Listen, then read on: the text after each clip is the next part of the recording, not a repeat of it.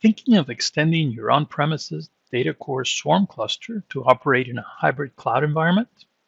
It's as simple as copying files to and from public clouds using common search terms to select the objects of interest. We'll demonstrate pushing files to an Amazon S3 compatible bucket, then we'll pull updated files from the same bucket. You would use similar steps for Azure Blobs. The starting point displays my view as a tenant in a local Swarm domain. The portal reveals several assets, including a bucket named Images. Images contains a subfolder that has several digital media files. Only those of screenshots are of interest to us, so we will fill in the search criteria to pick them out. The resulting collection contains 4 images that we choose to push to the cloud. Several parameters define our AWS destination, beginning with the HTTPS endpoint, region, remote bucket, and remote folder where the files will be copied to. The access key and secret key provide the necessary identity and access management credentials.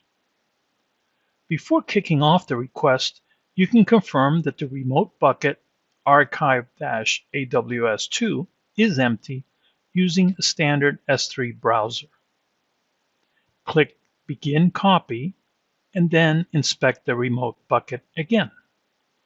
The new folder and the 4 images appear as expected. They retain their names and properties so they can be used by EC2 applications in AWS.